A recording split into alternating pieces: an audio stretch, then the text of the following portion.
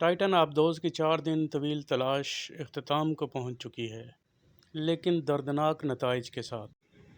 معلومات سے اس بات کی تصدیق ہو گئی ہے کہ آبدوز اپنے سفر کے دوران ایک بہت ہی خطرناک حادثے کا شکار ہوگی، جس کے نتیجے میں 5 کے 5 مسافر اپنی جان سے ہاتھ دھو بیٹھے۔ چلیے ذرا سمندر کی ساخت کو سمجھنے کی کوشش کرتے ہیں۔ سمندر پوری زمین کا 70% حصہ سمندر پر مشتمل ہے۔ اس سمندر کا بھی 80% حصہ وہ ہے جس کو ابھی تک سائنسدان نہیں دیکھ سکے۔ یعنی اگر سچ کہا جائے تو اسپیس میں جانا آسان ہے اور سمندر کی تہہ میں جانا بہت ہی مشکل۔ سمندر کی تہہ میں پایا جانے والا شدید دباؤ اس بات کو ناممکن یا مشکل بنا دیتا ہے کہ وہاں پر جا کے کوئی تحقیقی کام کیا جائے۔ سمندر کا دباؤ یعنی پریشر ان چیزوں پر مشتمل ہوتا ہے جن میں ہوا کا دباؤ، پانی کا گاڑھا پن، زمین کا کھنچاؤ اور گہرائی تعلق رکھتی ہے، جس کے نتیجے میں یہ مندرجہ ذیل فارمولہ سامنے آتا ہے۔ بین الاقوامی طور پر غوطہ خوروں کے لیے محفوظ گہرائی 40 سے 50 میٹر تک ہے۔ اگر آپ مزید گہرائی میں جاتے جائیں تو 1000 میٹر کے بعد مڈ نائٹ زون آ جاتا ہے، جہاں سورج کی روشنی نہیں پہنچ سکتی اور مکمل اندھیرا ہو جایا کرتا ہے۔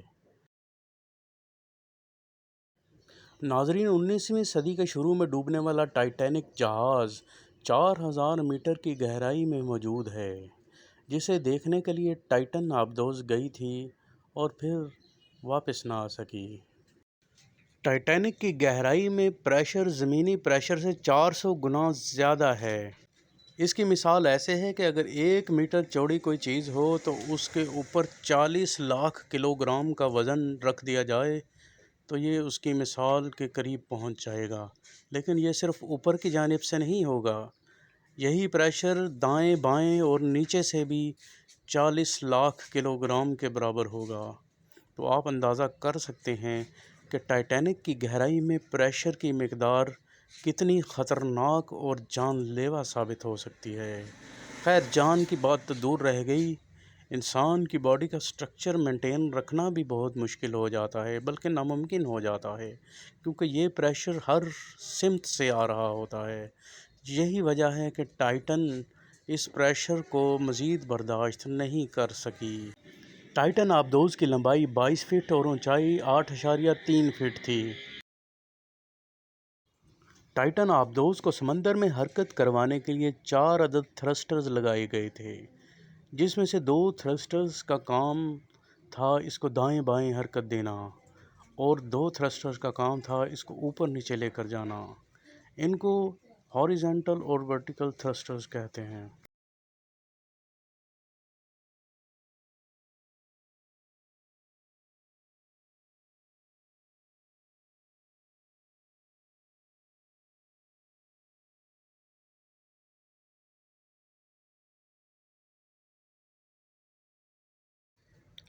ٹائٹن کے دوسرے حصوں میں شامل ہے اس کا پیچھے والا حصہ جس میں انسان موجود نہیں ہوتے اور اس کا لینڈنگ فریم۔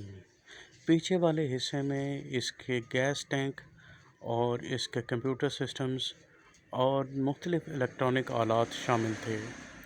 اس کا لینڈنگ فریم اس کو لینڈ کروانے کے لیے استعمال ہوتا تھا تاکہ یہ آرام سے ٹھہر سکے کسی جگہ پہ۔ اس کا سب سے ضروری اور اہم حصہ اس کا انر ہل تھا جس میں انسان موجود تھے۔ اس انر ہل کے دونوں سائڈوں پر ٹائٹینیم کے بنے ہوئے کیپس تھے اور فرنٹ والے ٹائٹینیم کیپ کے اوپر جو شیشہ تھا وہ ایکریلک کا بنا ہوا تھا، جس کی موٹائی تقریباً 7 انچ تھی اور یہ 21 انچ اس کا ڈائی میٹر تھا۔ ناظرین، اس کا جو انر ہل تھا وہ کاربن فائبر سے بنا ہوا تھا۔ یہ جو سلنڈر ہے جس میں 5 لوگ بیٹھے تھے، اس کی لمبائی 8.3 فٹ تھی اور 4.6 فٹ اس کی اونچائی تھی۔ 5 انچ موٹی اس میں کاربن فائبر کی تہیں تھیں جن کی تعداد 667 تھی، 667۔ ناظرین، کاربن فائبر سے بنا ہوا یہ انر ہل 5 انچ موٹا تھا اور یہ اس لیے بنایا گیا تھا کہ تاکہ یہ اتنے پریشر کو برداشت کر سکے۔ لیکن ہوا کچھ یوں کہ ٹائٹن آبدوز گزشتہ عرصے میں 12 مرتبہ آئی گہرائی میں اور دوبارہ واپس سطح پر چلی گئی، جس کی وجہ سے کیا ہوا کہ پریشر بار بار بڑھایا گیا اور کم کیا گیا، یعنی سمندر کا دباؤ بڑھتا بھی گیا اور واپس کم ہوتا گیا۔ یہی وہ وجہ ہے جس کی وجہ سے فٹیگ پیدا ہوئی، اور اس فٹیگ کی وجہ سے کاربن فائبرز کمزور ہو گئے۔ ناظرین، یہ وہ ہائپوتھیسس ہے جو بنایا جا رہا ہے، جس میں یقینی بات 90% کے قریب ہے۔ یہ پریشر کا بڑھنا اور کم ہونا بالکل ایسا ہی ہے جیسے کسی تار کو آپ بار بار موڑیں اور سیدھا کریں، جس کی وجہ سے وہ ٹوٹ جاتی ہے۔ سائنسدانوں کا ماننا یہ ہے کہ ٹائٹن امپلوژن کا شکار ہوئی اور بہت ہی جلدی پچک گئی، جس میں صرف 1 ملی سیکنڈ کا ٹائم لگا، جو کہ 1 سیکنڈ کا 1000واں حصہ ہوا کرتا ہے۔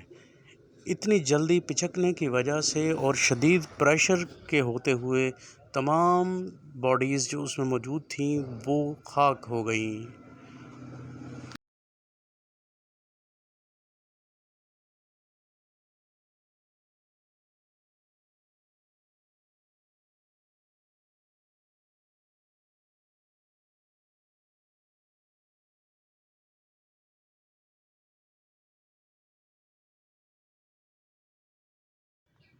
سائنسدانوں کا ماننا ہے کہ ٹائٹن آبدوز امپلوژن کا شکار ہوئی اور اس میں صرف 1 ملی سیکنڈ کا وقت لگا، جو کہ سیکنڈ کا 1000واں حصہ ہوتا ہے، اور اتنے شدید پریشر نے جب ایکٹ کیا اتنے کم وقت میں، تو اندر موجود ہوا اور انسانی باڈیز جو ہیں 1 سیکنڈ کے 1000ویں حصے میں جل کر خاک ہو گئے۔